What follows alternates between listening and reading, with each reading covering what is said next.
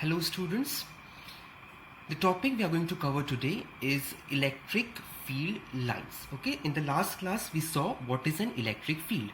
So basically there was a source charge which was producing the electric field and the region around it was called as the field. Okay, so basically if I put a small charge Q over here, okay, this small charge Q, that is called as the test charge, will experience a force due to this electric field. Okay, so electric field was given by force upon the charge which is experiencing this force. Okay, this is basically the region around this source charge is called as the electric field.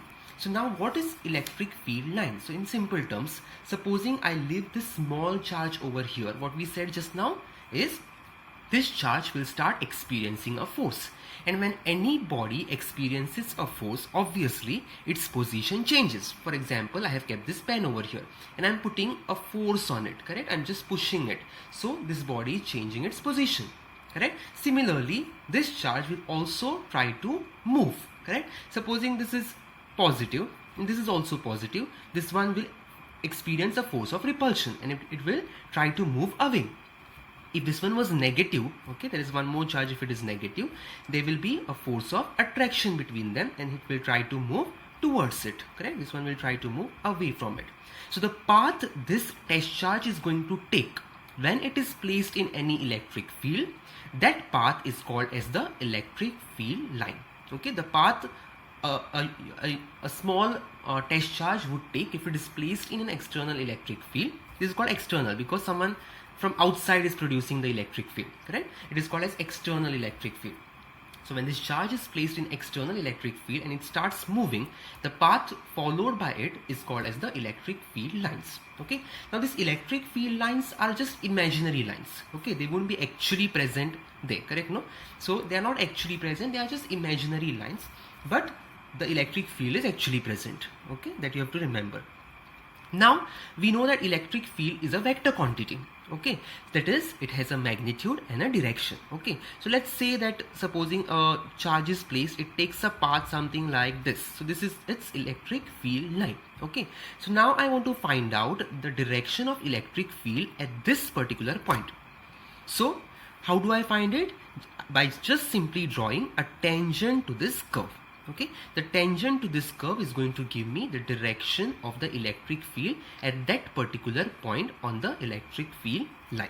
Okay, at this point, draw a tangent. This is going to be electric field line direction. So a tangent to the electric field line gives us the direction of electric field at that particular point. Now these electric field lines are drawn such that the number of lines per unit cross-sectional area held perpendicular to the field lines is proportional to the magnitude of electric field E. Okay, so basically what does this mean is, supposing you have a charge over here, okay, Q charge. This charge is producing an electric field lines like this. Okay, the electric field lines are like this. Okay, so we obviously know what is the formula for electric field: 1 upon 4 pi epsilon naught Q upon R square.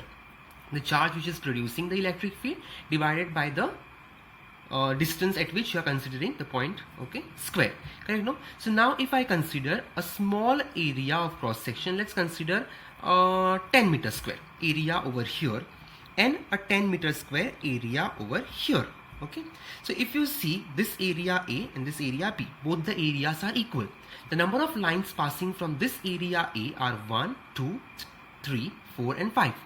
But the number of lines passing through this area is just 1. So basically what does this mean is, the number of lines, the closeness of the lines, or just the number of lines passing through particular area represent the strength of the electric field. That is, the electric field is going to be stronger here. Why? Because the number of lines are more.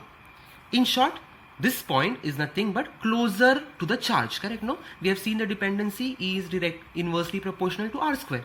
If R increases, E should decrease. As you go away, the electric field strength will go on dropping. It will go on decreasing. Okay, which can be understood by using number of lines also. Just consider one particular area and just see the number of lines, electric field lines passing through it.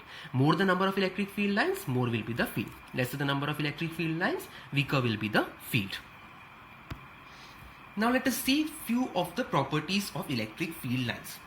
So now the first property is the electric field lines always originate at the positive charge and it ends at the negative charge. So for example, supposing you have a positive charge plus Q and you have a negative charge minus Q, then electric field line is always going to travel from positive charge to the negative charge. This arrow is important, okay? Always from positive charge to the negative charge. Supposing a positive charge alone is present, no negative charge, then it will start from positive charge. If you see, it is starting from positive charge, okay? It is going from here to here.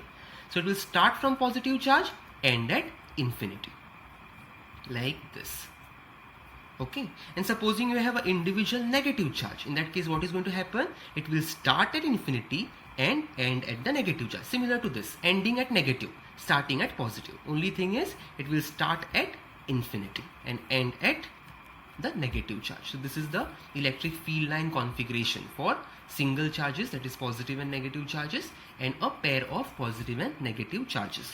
So what you have to remember here, for a positive charge, the field lines originate at the charge and end at the infinity. And for a negative charge, the field lines originate at infinity and end at the charge. So this is its first property. Second property of electric field lines is that the electric field lines are continuous smooth curves without any breaks. So basically, if supposing this is plus Q, this is minus Q, if the electric field line is originating from here, okay, it won't have a break in between and then it will continue like this. No, there won't be a case possible like this, okay? It should always be a continuous curve.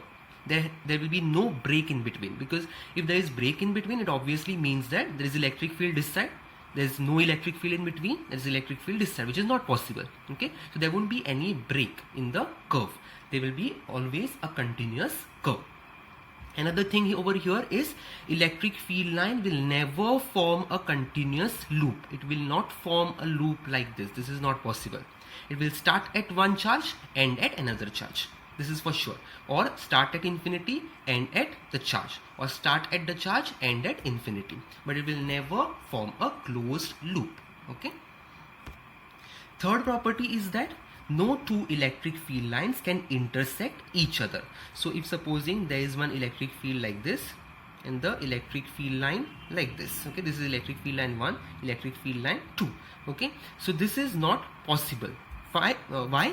Because at this point of intersection, what will happen?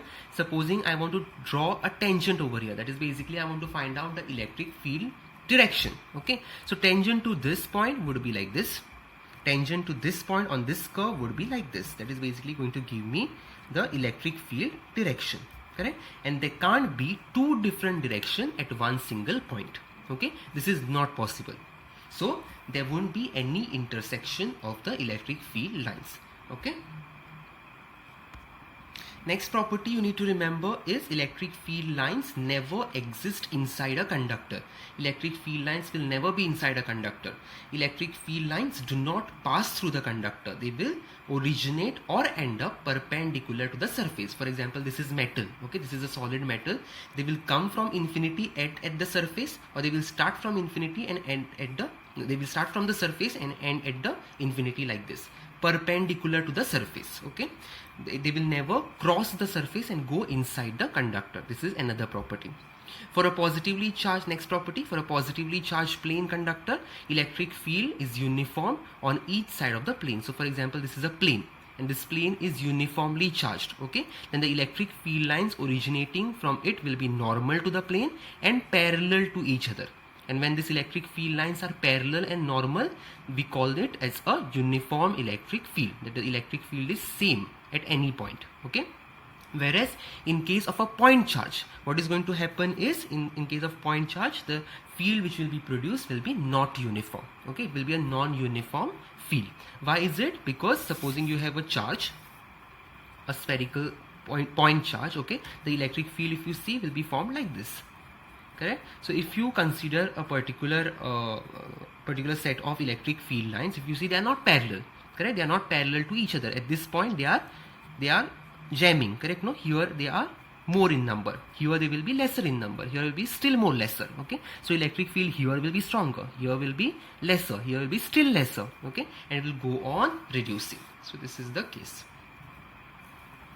And the last property, the relative density, that is the closeness of the field lines at different points, indicate the relative strength of the electric field at these points. So obviously this is the charge, these are electric field lines from that charge.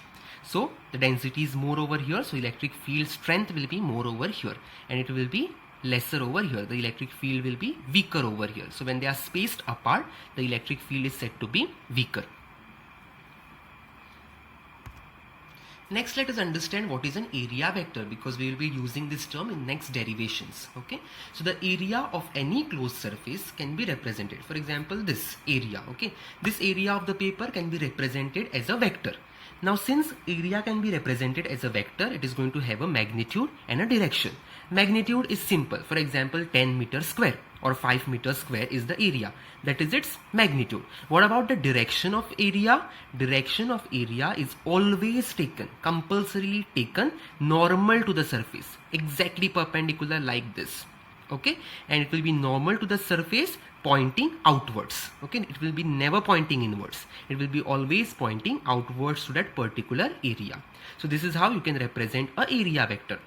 So any particular area can be represented as a magnitude and the direction, where this n cap represents the direction. If you see this figure, it is pointing outwards. Very important. Okay, the direction of area vector is taken perpendicular to the surface. Perpendicular, this will be 90, perpendicular to the surface, pointing outwards. Okay, so this is all about area vector and electric field lines. So this is it for today. I'll see you in the next class.